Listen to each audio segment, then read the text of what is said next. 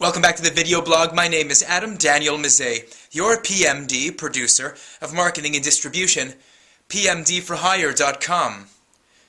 So for all you indies out there, something you have to remember is really not to get caught up in all of the Sundance hype. Sundance, of course, is that film festival that takes place in Park City, Utah, generally at the end of January.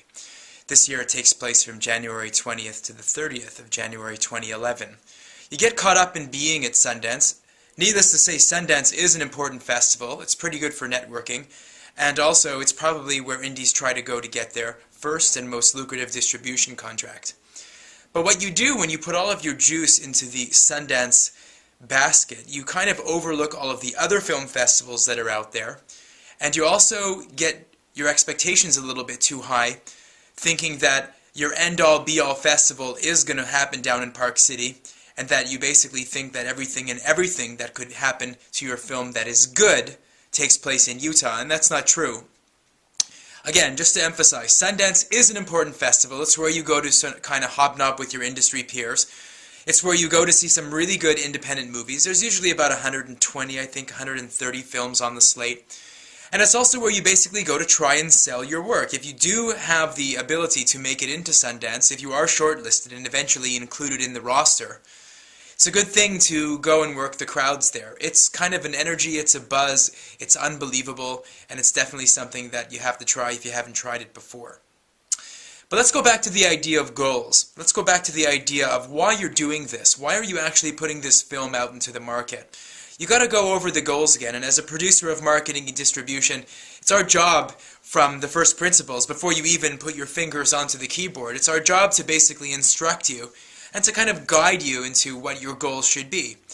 Well, I'll generally ask, when people approach me to possibly represent them, and I'll ask them, okay, so what do you want to do with this movie? So some of the possible answers could be, A, you want to make a lot of money, which is probably an unrealistic expectation given the fact that independent film isn't exactly the most lucrative field.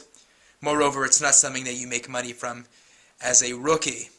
It's just the truth of the matter. So A, money. 2, you might just want to do the film as a career-building exercise. In other words, you're trying to pad your filmography, you're trying to demonstrate that you have bona fides in filmmaking, you want to add another film to your roster, and this is a good attempt to do it. Fantastic. That is a legitimate goal, and that's definitely something that you can structure a marketing and distribution plan around. A third possible goal for making a movie is if you want to cement relationships. For example, you want to cement relationships with your cast and crew. Your crew, your DP, your director of photography, your editor, your production designer, people like that, your script supervisor, and your producer if you're working with a producer over the long haul. You want to kind of just get into a bit of a rhythm and a vibe. So the story might not be absolutely fantastic. Maybe the film isn't exactly what you envisioned, or maybe it's not the kind of film that you wanted to shoot. For example, it's only a 2-location film with no exteriors. It's mostly dialogue. That too is a good exercise. The other way of kind of cementing a relationship is if you're working with an A-list actor. An A-list actor who's working for scale pay or no pay in some cases, and you just want to be able to develop a kind of a relationship with them in case you want to make a film in the future. That's also a legitimate goal. So we reviewed 3 goals that you could possibly want to have as an independent filmmaker going into your festival run. And it's the same thing, excuse me, it's the same thing with film festivals as well. Don't just look at Toronto, Cannes, Berlin, or Sundance. You might want to look at festivals like the LA Film Festival, Holly Shorts. You might want to look at film festivals like the Vancouver International Film Festival, which is a really good festival that I've been to. You might want to think about going down to Sitengi, which is actually in Cape Town in South Africa, which is another great festival. There's a lot of people that are getting around the world, and the decision makers that you generally would never be able to approach at Sundance are at these other film festivals too. Don't panic if you have a film that got into Sundance and you don't sign a deal at Sundance. Every film is different, and your film might not be conducive to that whole Sundance kind of ethos. You can focus more one-on-one with a distributor or your production rep, for example, Cinetic, or if it's Gravitas Ventures or something like that, or New Video. You can focus on them more one-on-one when there isn't the pressure of such a marquee festival. Don't put all your eggs into one basket, and if you're in this game for the long haul, if you really want to do filmmaking as a long-term career prospect, One film festival does not a filmmaker make. So that's just important to keep in mind. So many filmmakers get all bent out of shape when their Sundance run doesn't work out properly. I must caution and advise you that it is not the end-all be-all, honestly.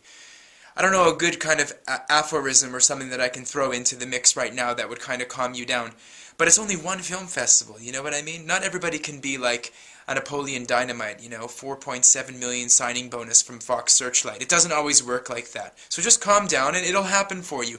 Keep at it. The key is to keep on moving and be like a shark and to never, ever, ever stop moving. Be like a shark. Even if something is not happening that's monumental, keep moving forward, and that's the key. And have your goals, like we just discussed, have them rigidly laid out and always go back to them. Sometimes you might want to just write them down on a slip of paper and just look at them when you're taking a whiz, or I don't know what, if you're walking, you're eating a bagel and lox, or I don't know if you're smoking a cigarette. Just whip it out and look at it again. So that's today's video blog. Thanks again for watching. Catch you again tomorrow with more PMD goodness. And also, if you can, catch this film. I just saw it the other day. God's Ears by Michael Worth. Let's see. Forrest Gump and Rain Man meets Rocky. How's that for a pitch? Wishing you, it's a wrap, the best of things.